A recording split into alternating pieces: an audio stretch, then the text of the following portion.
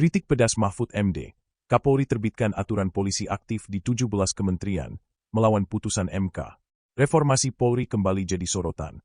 Di tengah upaya melucuti anggota Polri aktif menduduki jabatan sipil, Kapolri Jenderal Listio Sigit Prabowo malah menerbitkan peraturan Polri nomor 10 tahun 2025. Mantan Menko Polhukam yang juga pakar hukum tata negara, Mahfud MD angkat bicara soal peraturan Polri nomor 10 tahun 2025 yang baru saja diteken Kapolri terkait anggota Polri aktif bisa menduduki jabatan di 17 kementerian lembaga sipil. Sebelumnya Perpol yang diterbitkan Kapolri menimbulkan polemik karena berpotensi berseberangan dengan putusan MK nomor 114 PUCC 2025 bahwa anggota Polri aktif tidak bisa menduduki jabatan sipil kecuali mengundurkan diri atau pensiun. Putusan MK itu sebelumnya berawal dari digugatnya pasal dan penjelasan pasal 28 ayat 3 U2 tahun 2002 tentang Polri. Namun tak lama setelah putusan MK, Kapolri menerbitkan peraturan Polri nomor 10 tahun 2025 di mana isinya berseberangan dengan putusan MK, karena menyebutkan anggota Polri aktif bisa menduduki jabatan di 17 kementerian lembaga sipil. Dari hal itu kata Mahfud, banyak pertanyaan yang masuk kepadanya dan kini ia menjawabnya dalam kapasitas sebagai guru besar atau profesor hukum tata negara dari Fakultas Hukum Universitas Islam Indonesia, UI.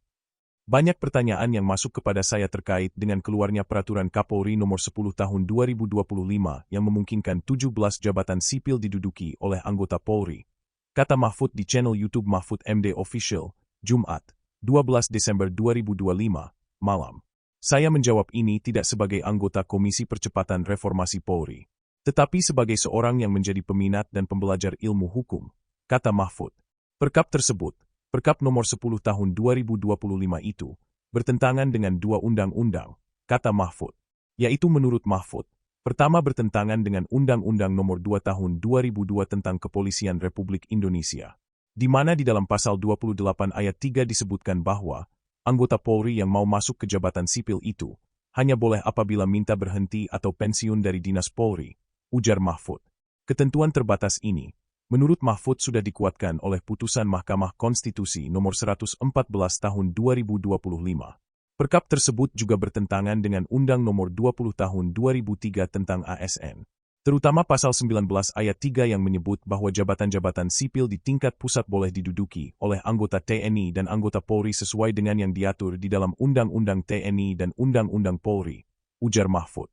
Undang-Undang TNI, menurut Mahfud, sudah mengatur adanya 14 jabatan yang kalau diperluas menjadi 16, sudah mengatur bahwa TNI bisa menduduki jabatan itu. Tapi Undang-Undang Polri sama sekali tidak menyebut jabatan-jabatan yang bisa diduduki oleh Polri. Dengan demikian, ketentuan perkap itu kalau memang diperlukan itu harus dimasukkan di dalam undang-undang. Tidak bisa hanya dengan sebuah perkap jabatan sipil itu diatur, katanya. Saudara juga gak benar loh kalau mengatakan, loh, Polri itu kan sudah sipil, masa tidak boleh masuk ke jabatan sipil? Ya memang begitu aturannya. Sipil tidak boleh masuk ke sipil juga kalau di ruang lingkup tugas dan profesinya, papar Mahfud. Ia mencontohkan, misalnya seorang dokter bertindak sebagai jaksa, tidak bisa. Jaksa bertindak sebagai dokter kan tidak bisa. Dosen bertindak sebagai notaris kan tidak boleh dan seterusnya. Seterusnya.